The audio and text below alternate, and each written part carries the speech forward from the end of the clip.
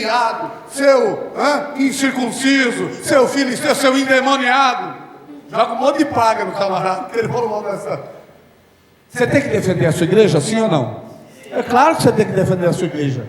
Mas você tem que defender a sua igreja em que parâmetro? Se a sua igreja, se o seu compromisso com aquela igreja é de servir a Deus lá, e não servir a igreja. O povo de Israel não tinha mais compromisso com Deus. Eles iam ao templo, cumpriam as suas obrigações lá no templo. E os líderes, o que fazia? Estava nem aí, ó. Deixava entrar do jeito que quisesse, cumpria a obrigação e saía dali e fazia o que queria. E um verdadeiro líder, irmão, ele não está preocupado em encher o seu templo. Ele está preocupado em encher as pessoas do Espírito Santo. Porque quem convence o homem do pecado, do juízo e da justiça, quem é? Quem é? É o pastor. Amém ou não? Quem convence o homem do pecado, do juízo e da justiça é o pastor. Amém ou não? Não, irmão. O Espírito Santo. Mas quem é que vai falar do Espírito Santo para esse indivíduo? O líder. E nós estamos virando uma igreja. Quando eu digo nós, eu não estou falando essa igreja, não estou falando esse campo, não estou falando a igreja Assembleia de Deus, eu estou falando a igreja de uma forma geral. Nós não estamos mais tendo líder que bate no pecado, que olha para as pessoas e fala: ei, muda a sua vida, melhore os teus caminhos, melhore as suas obras. Quer habitar no templo, quer habitar na igreja, quer fazer da igreja a sua morada, então muda de vida. Está faltando líder para a igreja, para pregar a verdade. E oxalá Deus levante entre nós, nessa escola de obreiros, homens e mulheres dispostos a pregar a verdade. A crise, ela é tão clara, que Deus não manda ele pregar dentro do templo, Deus manda ele pregar do lado de fora. Porque talvez se pregar dentro do templo, e aí, irmão, eu não sei se vai acontecer isso, talvez, eu estou pensando aqui. Talvez se você pregar esse tipo de mensagem dentro do templo, tem crente que vai embora e não volta mais. Talvez. Se você pregar na rua, aí o crente vai falar: não, ele deve estar pregando para os pecadores, né? Não sou eu. Você pregar lá na praça: ei, você é pecador, arrependa-se. Volta para Jesus. Jesus é o caminho. Conserta a sua vida. Conserta o seu coração. Aí o crente vai lá e fala: ele está falando para os pecadores lá, não é para mim não. Agora, se falar dentro do templo, eu falei: epa, ele está falando para quem? Está falando para nós. Talvez tenha crente que vai se ofender em ouvir a verdade. Irmão, a verdade nunca pode ser uma faca no pescoço do crente. A verdade, ela tem que arder no coração do crente. Tem que arder na alma.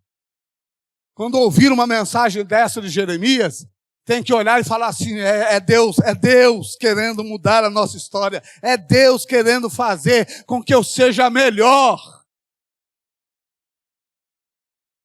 Então há, irmãos, uma crise de liderança ao ponto do profeta ter que pregar do lado de fora, porque se ele prega isso dentro do templo, tinha gente que ia bater nele lá.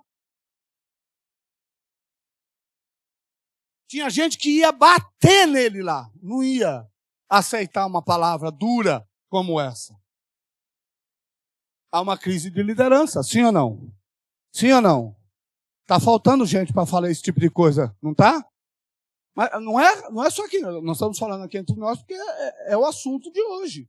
Mas o nosso dia a dia, nos nossos cultos, irmão, a gente prega sobre tudo. Bênção e milagre, tudo que é jeito. Mas para bater no pecado, está faltando gente para bater no pecado. Mas, irmão, se está fazendo isso, está errado, não pode. A Bíblia diz que não pode. Se está agindo dessa forma, não faça. Não é isso que a Bíblia está ensinando. A Bíblia está dizendo: não pode, não faça. Amém ou não? Os irmãos sabem quantas Qual o número de leis que existe para o povo de Israel? A quantidade de leis que existe? Deus deu os 10 mandamentos, sim ou não? Sim ou não? Deus foi lá, chamou Moisés, subiu no monte de Deus. A Bíblia diz que Deus escreveu com o seu dedo os 10 mandamentos. Amém ou não? Dos 10 mandamentos, 9 é: não faça, não adultere, não roube, não cobice. Dos 10 mandamentos, 9 é Deus dizendo: não faça. Sabia disso, não? Ou seja, 90% do que Deus escreveu lá, é Deus falando: é melhor você não fazer, é um conselho, não faça. Além dos 10 mandamentos, os judeus têm um decálogo, um número de leis, né? Um compêndio de leis, de 613 leis. São 613. Curiosamente, 613 é a quantidade de membros que nós temos no corpo humano. São 613. Quando se estuda anatomia, se sabe que no corpo humano existe 613, seja osso, pele, são órgãos, né? São 613 órgãos no corpo humano, exatamente o mesmo número.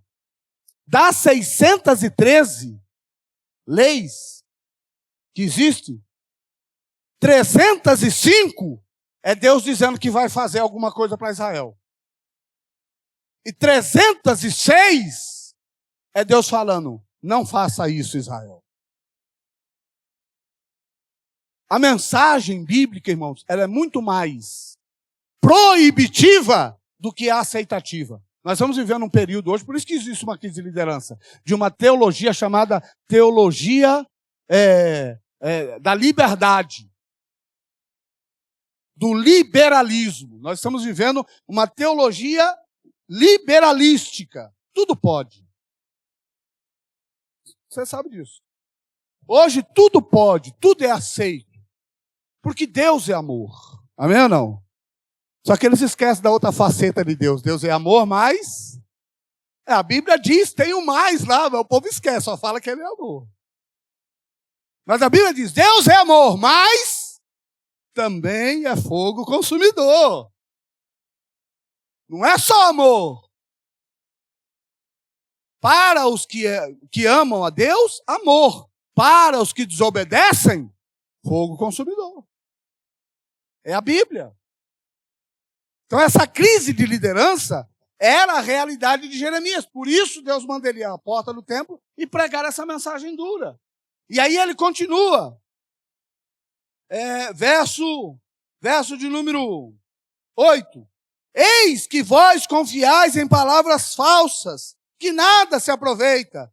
Porventura furtareis, matareis, adulterareis, jurareis falsamente, queimareis incenso a Baal, andarei para outros deuses que não conheces, e então vereis e poreis diante de mim, nesta casa, que se chama pelo meu nome, que foram libertados para praticardes essas abominações, uma crise ministerial. Porque os sacerdotes agora, ao mesmo tempo que acendiam incenso para adorar a Deus, também aceitavam culto a Asdod, a Astarode, a Insta, a Baal. Tanto que vai dizer aqui, ó, verso 11. É, pois, esta casa que se chama pelo meu nome, uma caverna de salteadores aos vossos olhos. Eis que eu mesmo vi isso, diz o Senhor. Quem é que viu? O próprio Deus viu. O que ele viu dentro do templo? Que ele estava nessa casa que se chama pelo meu nome, é o templo. O que é que Deus viu dentro do templo? Uma caverna de bandidos. Uma caverna de ladrões. Que faziam os sacrifícios pelo dinheiro. Que faziam as ordenanças, as coisas que a Bíblia ordenava, que a Torá ordenava, por ganância, por exploração. Uma crise ministerial de homens de Deus, de mulheres de Deus, que trocaram o chamado de Deus pela prosperidade. Mas, pastor, é proibido o crente ser próspero? Sim ou não? Sim ou não? Claro que não, irmão. Mas qual que é a prosperidade do cristão? Hã? Você sabia? Vou falar, talvez não seja novidade para vocês. Em Campo Mourão, algumas pessoas falaram que era novidade. Vamos ver se aqui também é. Você sabia que Deus não chamou ninguém para abençoar? Sabia disso ou não? Deus não chamou ninguém para abençoar. Pastor, não fale uma heresia dessa. Por que Deus não chamou ninguém para abençoar? Porque nós não fomos chamados para ser abençoados. Porque quem é abençoado, ele recebe a bênção e acabou. Deus nos chamou para ser abençoadores. Porque Ele vai nos abençoar. E o que é que nós vamos fazer? Abençoar outro. Com a mesma medida com que eu recebo, eu tenho que doar. Eu tenho que dar. De graça recebestes? De graça recebestes? De graça recebestes? Então, se você está prosperando, não é para parar em você a prosperidade, é para você fazer o quê? Para você doar. Irmão, aqui não acontece, que eu tenho certeza que com a igreja do pastor Alex, meu amigo, meu companheiro, pastor Totti, meu companheiro, pastor Marcos, meu amigo, eu sei que na igreja de vocês não acontece, mas em Campo Mourão, o crente começa a enriquecer um pouquinho, a primeira coisa que ele para de fazer é fazer o quê? Dar o dízimo. Primeira coisa que ele para, ele fala, não, eu não concordo com esse negócio de dízimo, esse negócio de dar 10%. Dízimo era lá para trás. Não existe uma ordem para dar dízimo. É assim ou não é? É assim ou não é? Irmão, enquanto ele está na prova, eu tinha um irmão lá na igreja que ele dava dízimo de 20%. Ele ganhava um salário mínimo. Eu falo em São Paulo, quando eu congregava em São Paulo. Ele dava o dízimo dele de 20%. Ninguém sabia. Ele ganhava um salário mínimo, vivia uma situação difícil, precária. Mas ele ganhava, o salário dele separava 20% e dava de dízimo. E aí um dia a esposa dele perguntou, porque a esposa é uma benção. Esposa é maravilhosa. Esposa é show. Ela vai engolindo, mas um dia ela vai soltar. Ela não esquece. E aí um dia ela perguntou, escuta, vem cá, senta aqui. Você não está vendo a nossa situação, não? Olha a igreja lá. Cadeira nova, tela nova, instrumento novo, pastor, sapato novo, de roupa nova. A nossa situação não era nem para você dar dízimo, era para você pedir para o pastor a autorização para comprar comida. Ele falou, não. Você sabe por que eu dou 20%? Porque eu creio que Deus vai multiplicar ao ponto do meu salário ser dobrado. Então eu já estou dando o dízimo daquilo que eu quero receber, não daquilo que eu recebo. Estou dando do que eu quero receber e não do que eu recebo. A empresa precisou abrir uma filial, fizeram um curso interno, e falou, olha, quem quiser melhorar de cargo, vai ter que fazer o curso aqui, dentro da empresa, uma carga horária à parte do horário da empresa, e aí vai passar por uma avaliação, e se realmente tiver competência e capacidade, vai mudar de cargo. Ele fez o curso, foi o primeiro da turma. O salário dele triplicou. Ele não dava o dízimo do que ele recebia, ele dava o dízimo daquilo que ele queria receber. Isso se chama? Mas é bonito nos outros, irmão. Quando é com a gente. Quando é com a gente, eu me lembro de uma vez, está aqui minha esposa, logo que eu casei, e aí talvez seja a história da grande maioria dos irmãos aqui que casaram, e quando se casa, a gente ganha uma herança. Quando a gente casa, a gente ganha uma herança. Um pacote de boleto desse tamanho para pagar. Não sobra salário mais. Né? Quando a gente solteiro, sobrava salário. Por sorvete. Eu não vou levar a namorada na praça para tomar sorvete. Depois que casa, a esposa nunca mais vê um sorvete na vida. Quer sorvete, minha filha? Compra aqui suco, bota na geladeira, vira gelo e você chupa. Porque não sobra dinheiro. E aí nós casamos e meu salário era curto, não dava para pagar toda a despesa. Né? E aí eu recebi numa segunda-feira. E saí, segunda-feira nós tínhamos um culto, que era o culto dos obreiros, na igreja que eu pertencia, era o culto dos obreiros. Todo obreiro tinha que ir para a sede para participar do culto de obreiro. Era o meu pastor que fazia o culto. Ele começava o culto, ele dirigia o culto, ele cantava no culto, ele tirava a oferta do culto e ele pregava no culto. Ele não dava para ninguém. O culto era dele. E nós tínhamos que estar lá. E eu saí do serviço e recebi o dinheiro, com o dinheiro no bolso, e fui para a igreja. Chegou a hora de ofertar, eu falei, vou separar o meu dízimo aqui para dar o dízimo. Amém ou não? Como todo bom cristão, quando recebe, a primeira coisa que faz é separar o... Irmão, tem crente que ele recebe, hoje já não mais, porque hoje a gente recebe na conta, é tudo no Pix. Né? Mas tem, mesmo assim, no Pix, tem crente quando abre o aplicativo do banco, que o salário dele está lá, é tanto Pix que ele faz, que quase que não sobra mais para o dízimo. Né? Peguei lá, separei o dízimo e coloquei no envelope. Quando eu fechei o envelope, o Espírito Santo falou para mim, dá tudo. Sabe o que eu pensei? Falei, não, isso não é voz do Espírito Santo, eu conheço o Espírito Santo. O Espírito Santo não ia falar isso para mim. Esse Espírito Santo está maluco, não é possível. Será que esse Espírito Santo não sabe a quantidade de conta que eu tenho para pagar? Será que o Espírito Santo não sabe a onça que eu casei?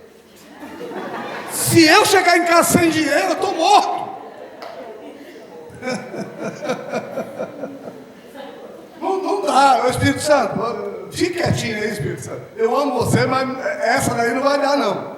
E segurei o dízimo com os 10% ali, o envelope ali, ó, segurando ali firme. Estava até amassado o envelope já, porque eu não queria soltar. Mas, não, Senhor, é isso aqui mesmo. Aí veio passando o irmão Cassal, né? E aí ele passou, irmão, não sei o que aconteceu com o diácono naquele dia, que ele ficou meia hora com o negócio parado na minha frente ali. E eu com o envelope ali, põe. Falei, peraí, cara, tirar, peguei tudo do bolso, botei dentro do envelope e botei lá. Falei, Jesus, me ajuda, Jesus, que quando eu chegar em casa, eu não sei o que é que eu vou fazer. Cheguei em casa. Irmão, eu falo isso pro meu filho está namorando agora, né?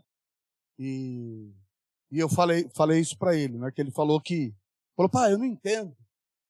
Tem semana que ela tá um doce comigo, é meu amor, que saudade, eu te amo. E tem semana que ela não quer olhar na minha cara. Eu falei, olha, pense, se for a semana do pagamento, ela vai estar um doce com você. Agora as outras 3 semanas, irmão, é só para apoiar. Já aprenda.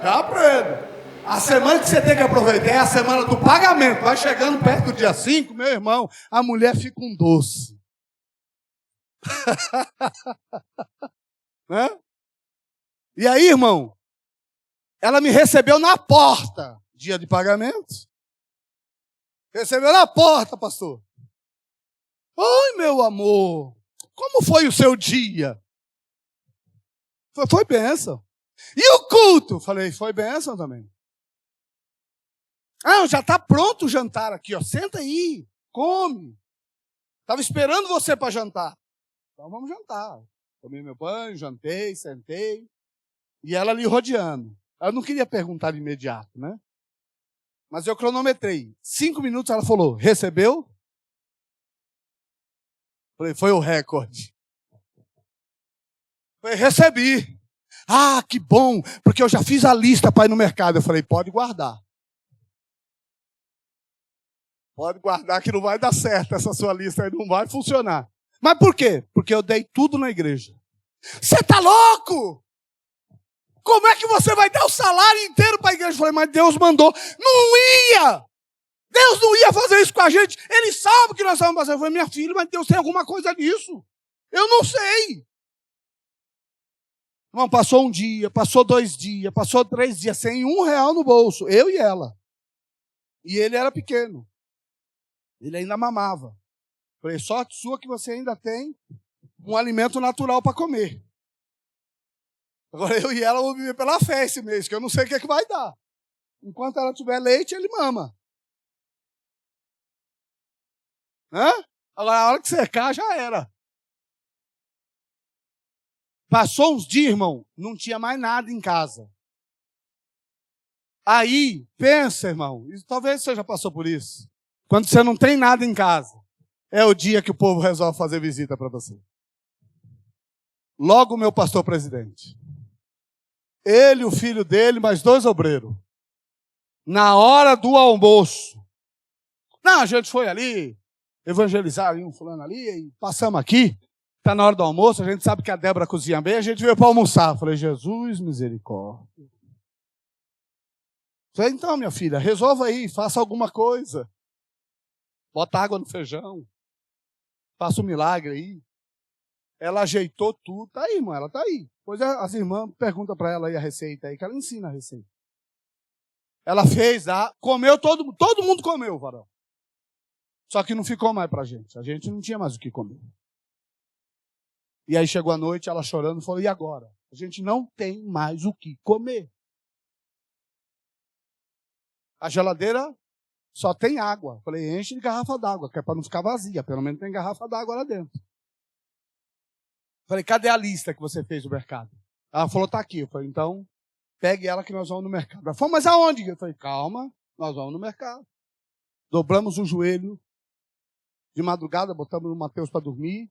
Dobramos o joelho de madrugada, porque quando mulher faz lista, a lista dela sempre tem 2 páginas. Nunca é uma página só. Já prestou atenção? Se você falar para sua... Não faça isso, irmão. Mas se você estiver delirando, diga para sua esposa, faz a lista do que precisa comprar. Ela vai mandar 2 páginas para você comprar. E ela pegou uma, eu peguei a outra, dobramos o joelho, oramos. Terminamos de orar, fomos dormir, levantei no outro dia, fui trabalhar. Meio-dia, fui para casa. Quando eu chego na porta de casa, tinha um carro parado. Falei, Jesus, mais uma visita. Falei, agora vai ter que tomar água comigo, porque não tem nem o que comer. Eu ainda tomava café na firma, porque a firma dava café. E eu comia logo 3 pão. Porque eu sabia que eu não ia almoçar. Tinha lá um carro parado. Enfim, o carro estava lá parado. Entrei, era uma amiga dela com o esposo. Tudo bem, como é que vocês estão? Tal, não sei o quê, foram no nosso casamento e tal. Não sei o quê, papapá. E ela espírita, ela. Kardecista. Como é que vocês estão? Tudo bem? Tal, viemos aqui, vamos vir. Ela falou, olha, Débora, desculpa, eu sei que está na hora do almoço, a gente quis ir embora, estava esperando o seu esposo pegar. Eu estou constrangida, mas você sabe, ela trabalhava num centro de distribuição de cesta básica em São Paulo. Falou, você sabe que eu trabalho lá, centro de distribuição de cesta básica, tudo, e o meu patrão, todo mês, quando descarrega as cestas, carrega a cesta, sempre tem caixa que rasga, tem coisa que rasga tudo, e não pode entregar, então ela vai ficando lá, acumulada lá. E o meu patrão falou para mim, já que você é espírita, arruma uma entidade aí para você dar essas cestas básicas aí, que essas cestas básicas aí vai estragar. E eu liguei para um, liguei para outro, liguei para um, liguei para outro, e ninguém se interessou, e eu lembrei de você, porque eu sei que você é evangélica, e eu sei que lá na sua igreja lá, eles dão cesta básica, eu trouxe aqui essa cesta básica, um caminhão de cesta básica. Irmão, para encurtar, da lista que ela fez, veio todos os itens, 3 vezes mais. Todos, inclusive item que não vem na cesta básica, tinha na lista. Não era só arroz, feijão, óleo e tal.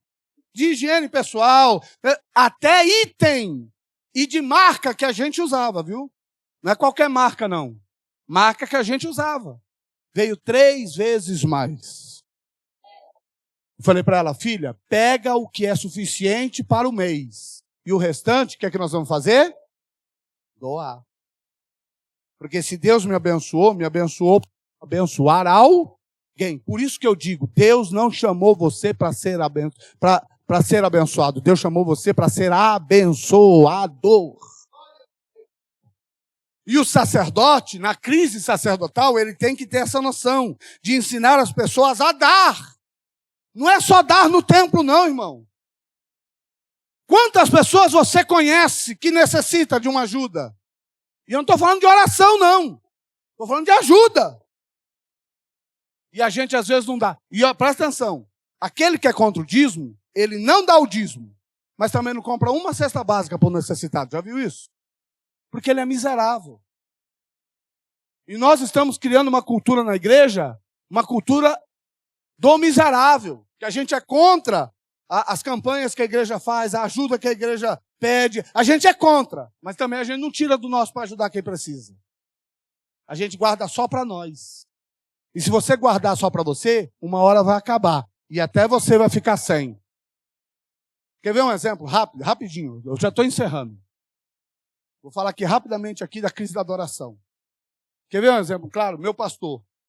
Meu pastor, o irmão chegou para ele e falou: pastor, a minha situação é precária, eu estou desempregado há 6 meses, não estou com uma ação de despejo, não tenho dinheiro para pagar aluguel, não tenho que comprar comida, não tenho como comprar comida, a minha situação é difícil. E eu queria que a igreja me ajudasse, eu queria que o pastor pedisse para que a igreja me ajudasse. Eu estou aqui com vergonha, mas eu preciso.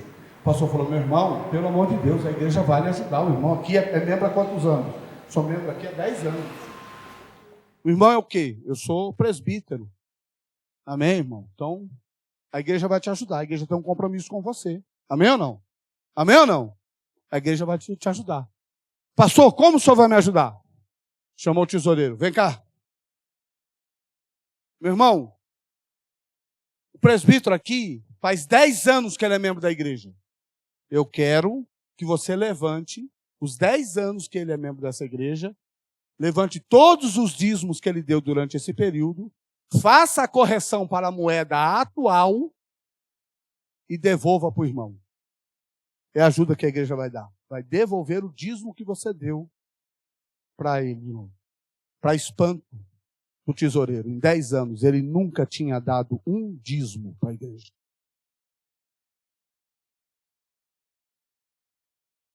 Como é que vai ajudar, irmão? Você sabe qual é a matemática do dízimo? Já ensinei aqui? Acho que não, né? Da outra vez eu não falei nada não, né? Você ganha R$1.000, quanto que você dá de dízimo? Você ganha R$1.000, quanto você dá de dízimo? Representa 10?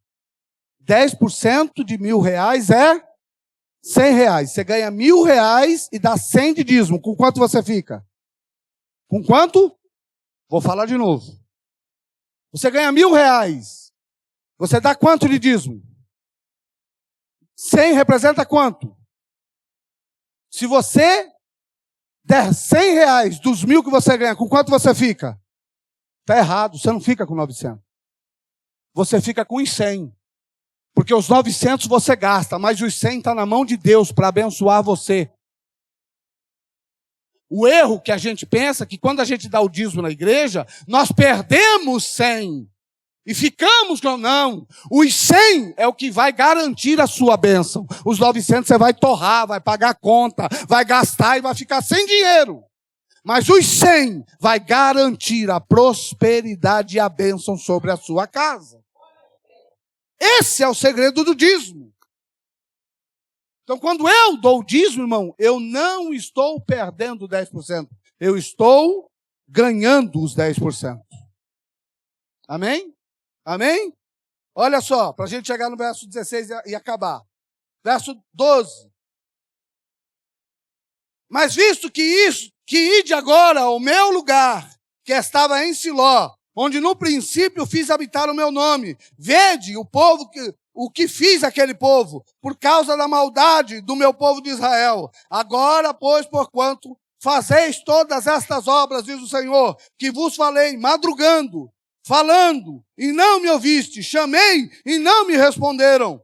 Farei também a esta casa, que se chama pelo meu nome, a qual confiais, que este lugar é o que vos dei aos vossos pais, como fiz em Siló. Lançar-vos-ei diante da minha face, como lancei todos os vossos irmãos de geração, de toda a geração de Efraim. Deus agora está dizendo, olha só, do mesmo jeito que aconteceu em Siló, Se vocês me ouvirem, se arrependerem, tomarem o caminho certo, vai acontecer com vocês. O que aconteceu em Siló? Em Siló, quando os inimigos pegaram a Arca da Aliança e levaram embora, e ela voltou para Israel, ela ficou hospedada em Siló. E aonde estava a Arca de Deus, era a presença de Deus no lugar. E aonde estava a presença de Deus, era a bênção de Deus sobre aquele lugar. Os sacerdotes já não iam mais a Jerusalém. Os sacerdotes agora iam em Siló, porque estava lá a Arca da Aliança. Deixa eu dizer uma coisa para você. Eu não tenho que ir para qualquer lugar. Eu só tenho que ir para o lugar aonde Deus está. Porque é lá que está a bênção. É lá que está a promessa. É aonde Deus está. E ele disse, vocês não viram o que eu fiz lá em Siló? A adoração não é em qualquer lugar. A adoração é no lugar onde Deus está. Tem gente adorando em qualquer lugar, irmão. E tem gente adorando dentro do templo e nem Deus está mais no templo. Deus não estava nesse, por que eu vou garantir que Deus está em outros templos por aí? Aonde é que Deus está? Aonde há verdadeira adoração. É ali que Deus está. Deus está onde há verdadeira adoração. João capítulo 4, quando Jesus encontra com a mulher samaritana, ela diz para Jesus, olha, vós dizeis que o lugar de adorar é em Jerusalém. Nós dizemos que é aqui nesse monte. Aonde que deve adorar? Jesus falou, os verdadeiros adoradores adoram em espírito e em verdade. Não é o lugar, é eu que sou o adorador que tenho que adorar. Crise de adoração. Nós precisamos voltar a adorar a Deus na essência. E adorar a Deus não é cantar bonito. Não é ter um grupo de louvor bonito. Não é ter bons músicos. Não, adorar a Deus é ter uma vida santa. Isso é adorar a Deus. É ter uma vida reta. É ter uma vida digna com Deus. Amém ou não? Amém ou não? É ter uma vida reta, digna com Deus. É por isso que Deus falou para Jeremias. Dizendo, não mais oreis por esse povo, nem levanteis mais clamor e oração, nem supliqueis, porque eu não ouvirei. Por que Deus falou que não ia ouvir eles? Porque nos versos anteriores, Deus disse o seguinte, porquanto agora, verso 13, porquanto agora fazeis todas as obras, diz o Senhor, eu vos falei, madrugando, ou seja, eu falei com vocês de madrugada. Deus está procurando gente para falar de madrugada. E o povo não está mais ouvindo Deus falar. Eu costumo dizer lá em Camorão, que a gente dorme como burro e acorda como cavalo. Nem para orar mais a gente dorme. Nem para orar mais antes de dormir a gente faz. A gente não ora nem para dormir mais. Nem quando acorda e nem quando toma uma decisão. Eu fui ensinado assim nos seus irmãos. Eu fui ensinado, vai tomar uma decisão? Peraí, me dá 5 minutinhos, deixa eu falar com Deus primeiro. Depois eu tomo a decisão. Não vou tomar decisão por mim, eu vou tomar uma decisão direcionada por Deus. Vou orar. Chegou a noite, antes de eu dormir, vou agradecer o dia que eu tive. Acordei, vou orar pelo dia que eu vou ter. Vou comer, vou orar pela comida que eu vou comer. Vou viajar, vou orar antes de pegar o caminho. Cheguei, vou orar para agradecer. Eu aprendi assim. Acredito que a maioria aprendeu assim. Mas nós estamos vivendo no modo automático. A gente já não faz mais isso. É bobeira. Para que ficar orando o tempo inteiro? Para quê? E Deus está falando, eu estou tentando falar com vocês e vocês não me escutam. Eu tentei falar de madrugada. Falei e não me ouviram. Chamei e não me responderam. Deus continua dizendo, vem meu servo, ei minha filha, ei meu filho, ei obreiro. E a gente não está nem aí para o que Deus está falando. É por isso que Deus falou para Jeremias, não adianta mais você orar. Quando eu procurei e eles não quiseram saber de mim, eu estou falando e eles não querem me ouvir. Deus está falando, se conserta, arruma a sua vida. Aí você vai interceder, Senhor, tem misericórdia dele, tem misericórdia dela. Você acha que Deus vai ouvir? Não vai, porque Deus está falando. E a pessoa não quer ouvir. Irmão, o próprio Deus fala isso lá em Deuteronômio 30, né? Se hoje ouvires a minha voz, não endureçai os vossos corações. Se hoje ouvires a minha voz, abra o coração, deixa Deus falar com você. Se Deus está te chamando, Deus chamou a Isaías. Capítulo 6 de Isaías. Porque no ano que morreu Uzias, ele diz, eu vi o Senhor assentado sobre o sublime trono, com anjos que sobrevoavam o seu trono, com 6 asas, com 2 asas eles voavam, com 2 asas cobriam as pernas, com 2 asas cobriam o rosto. Há um mistério nisso, sabia? Por que ele tinha 6 asas? Mas não vou entrar nisso, senão a gente não vai sair daqui hoje. E aí, Isaías diz, Senhor, quem sou eu, um homem de lábios impuros, habito no meio de um povo de impuros lábios? Eu não sou ninguém. Deus falou, peraí, vai lá, anjo, pega lá uma tenaz, toca nele ali. Você era um homem de lábios impuros, agora eu transformei você. Você agora é um homem santo. Você agora é um homem santo, santificado pelas brasas do meu altar. Você agora é um homem santo. E agora, como um homem santo, Deus ecoa uma voz na eternidade. A quem enviarei? Quem há de ir? Quem disse eu vou? Isaías. Deus continua chamando, mas a gente está com preguiça de responder. Deus continua chamando, mas a gente está com preguiça de responder. Crise de adoração. O verdadeiro adorador não deixa Deus falando sozinho. Amém ou não? O verdadeiro adorador não deixa Deus falando sozinho. Curva a sua cabeça. Pai, eu quero te agradecer por esta manhã. Quero te agradecer por este dia. Quero te agradecer, Senhor, por esta palavra. Que o Senhor fale mais poderosamente sobre o coração dos teus filhos. Sabendo, Senhor, de que é o Senhor quem fala, que é o Senhor quem toca os corações. Nós apenas, ó Deus, os preparamos para aquilo que o Senhor tem que fazer, ó Pai.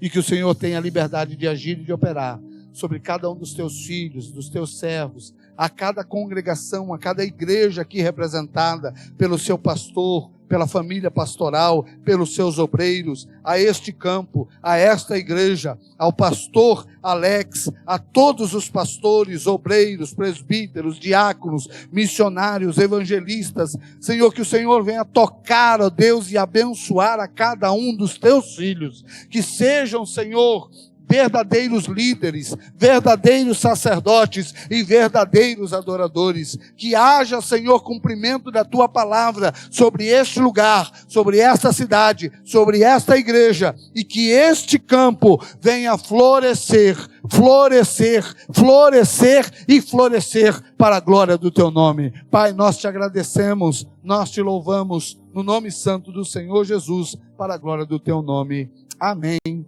E amém, Jesus. Amém, amados? Deus abençoe todos vocês. Deus abençoe a igreja. Deus abençoe o pastor Alex. Deus abençoe os demais pastores. Amém? Deus abençoe cada um de vocês. Fiquem aqui com um abraço do pastor Davi, né? Nosso pastor Davi II. Fiquem também com um abraço do pastor Pereira. E fiquem também com o meu abraço. Amém? Deus possa abençoar vocês.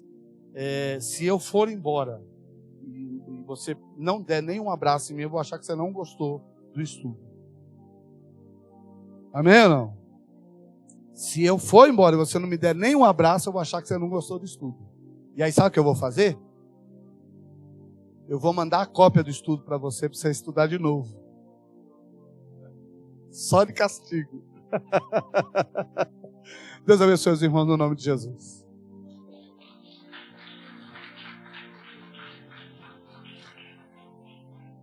Glória a Deus.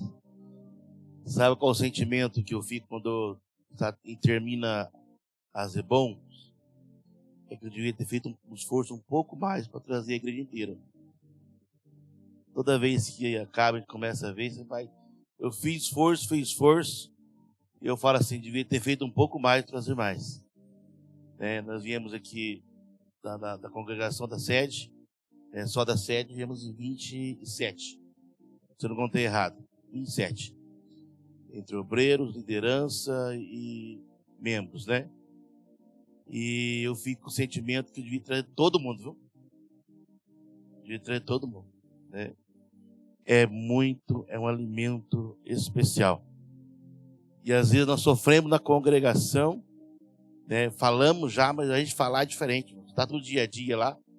Às vezes se fala, às vezes em outras palavras, outros textos, mas é diferente. É diferente. Na Ebom é outra situação, né? Outra situação. Pastor, Deus abençoe por esse, né? Todo esse conhecimento aí, essa aplicação maravilhosa. Amém? Glória a Deus. Glória a Deus. Quem gostou, dê um amém, glória aí. Amém. Glória a Deus. Então, nós vamos estar, eu vou passar para o pastor local fazer esse agradecimento. Nós vamos estar na próxima agora, a cidade de Açaí, né? Que é o próximo evento. E o pastor Davi fala uma coisa para mim, acho que falou para os demais presidentes aqui presentes, que ele queria até fazer isso, esse modelo em algumas regiões, mas daí, por alguns motivos, acaba não saindo. E nós estamos aqui fazendo, né? Esse modelo, juntando alguns campos e essa região fazendo esses eventos, encontros, que aqui, irmãos, vocês sabem que esse trabalho aqui é aprovado pela nossa convenção, do aval do pastor Davi. Então, esse aqui é um evento regional, mas da nossa convenção, né? Tem um aval dele. Vamos fazer que isso possa crescer cada vez mais, né? O líder jovem, quando sabia da Ebom, convocar os jovens. A líder das irmãs, quando sabia da Ebom, convocar as irmãs. O líder de varão, quando sabia da Ebom, convocar. Deixar somente o pastor fazer aquelas correrias. E assim nós vamos cada vez mais sendo capacitados. E vamos em nome de Jesus. Logo, 100% é dizimista, amém? Essa parte eu gostei bastante, hein? Eita, parte boa, né? Deus abençoe.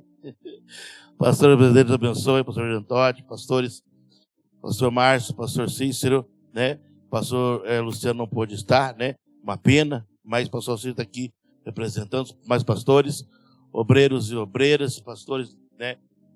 De congregação, que Deus abençoe a cada um de vocês em nome de Jesus. Amém, pastor local, fazendo aqui um agradecimento. E daí daqui a pouco vamos estar encerrando. Glórias a Deus. Novamente saudando a igreja com a paz do Senhor. Glórias a Deus. Pena que podia ser o dia inteiro também, né, pastor? Vamos pensar nisso, né? Porque a gente fica com saudade já. Primeiramente, quero agradecer a Deus por esse privilégio. Pastor Davi Secundo, na pessoa do nosso pastor Jeremias, José, Ângelo. O Ângelo eu lembro. O Ângelo eu lembro lá do... Também. Pereirinho, né? O pastor Pereira também. Que Deus continue abençoando ele lá, o seu campo, a sua família. Né? Deus mande saudações para ele.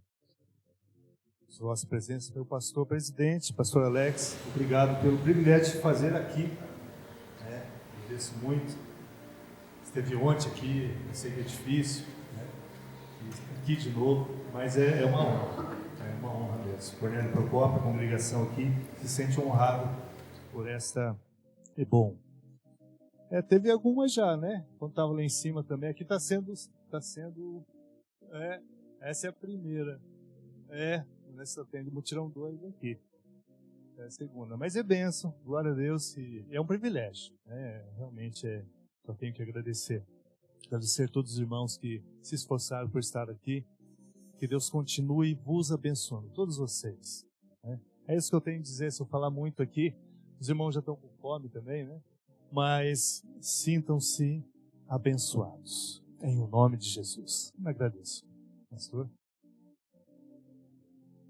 Glória a Deus. Os pastores estão aqui, só lembrando, pastor Márcio, acho que daí convocar também a reunião para decidir como vai ser a nova agenda. Aí fica certo para Açaí, também ter essa reunião, pode ser? Pode ser. Aí é a última do ano, e já fica convocada essa reunião que todos lá, nós se reúne lá para fazer.